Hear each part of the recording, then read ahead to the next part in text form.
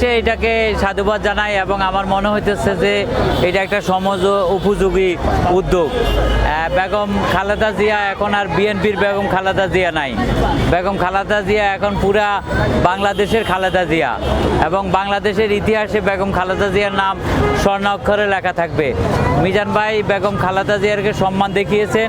বেগম খালেদা জিয়ার আপনার মৃত্যু উপলক্ষে এই যে বাবুদেরকে এটা এই যে টোকেন পাইছো তুমি, এই যে বাবুদেরকে খাওয়ার আয়োজন করছে, তোমরা ওই যে এতিম বাচ্চাদেরকে খাওয়ার আয়োজন করছে এবং এই যে আপনার এই যে তোমরা এই যে মাদ্রাসার মধ্যে এরা হইলো হাফেজি পড়ো না কি আমপাড়া পড়ে, মানে এই যে এতিম বাচ্চাদেরকে জন্য একটা একবেলা খাওয়ার আয়োজন করছে। আমি অবশ্যই এই ব্যাপারটাকে সাধুবাদ জানাই এবং আমার কাছে মনে হয়েছে যে এটা একেবারে সময় উপযোগী আয়োজন। আমেরিকান প্রবাসী নাজমা আপু, উনি আপনার এতদিন থেকে নিজের ব্যক্তিগত উদ্যোগে মানবিক কাজ করতেন।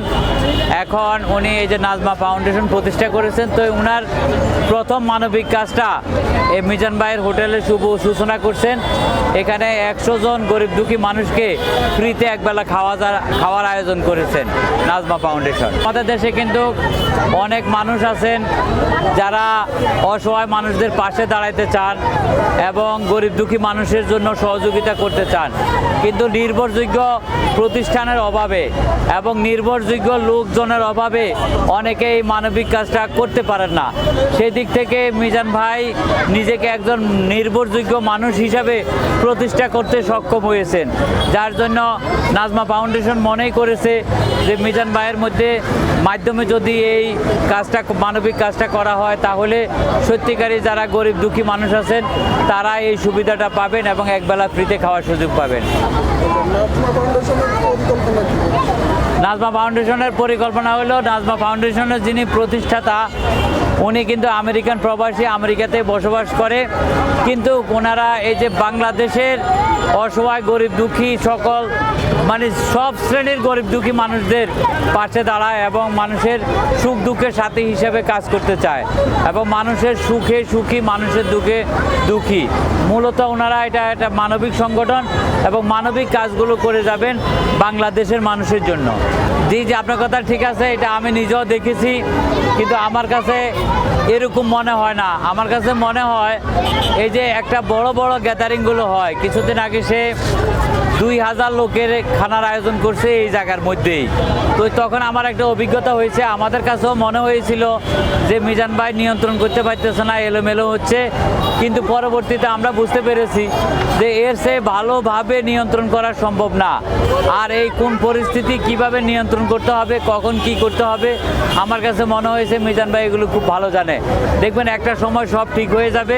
মূল জায়গাগুলো ওনার ঠিক আছে, কাদেরকে কোন সময় সম্মান দিবেন, কাদের সাথে উত্তেজিত হয়ে যাবেন, কাদের সাথে ভালো ব্যবহার করবেন, এই জিনিসগুলো উনি ইতিমধ্যে খুবই অভিজ্ঞতা সম্পন্ন হয়েছেন।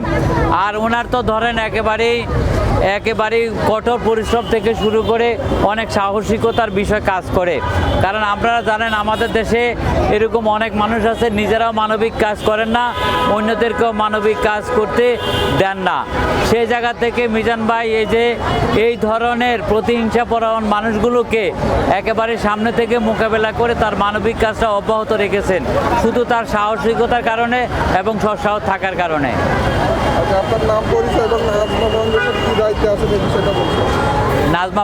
নাজমা ফাউন্ডেশনে নাজমা আপুর প্রতিষ্ঠাতা আমি সমন্বয়ক হিসেবে আছি এবং আমি থাকবো। আর আপনি যে বলছিলেন ভাইরালের কথাটা, সেটা হলো যে আমিও চাই যে আমি মনে প্রাণে চেয়েছি যে নাজমা ফাউন্ডেশন ভাইরাল হোক, কারণ এরকম সংগঠনগুলো যদি ভাইরাল হয় তাহলে আরও অনেক মানুষ এরকম সামাজিক সংগঠন করার জন্য এগিয়ে আসবে। পাশাপাশি আরও অনেক মানুষ সুবিধাবঞ্চিত মানুষদেরকে সহযোগিতা করার জন্য এগিয়ে আসবে। আমাদের দেশের অসহায় মানুষগুলো উপকৃত হবে।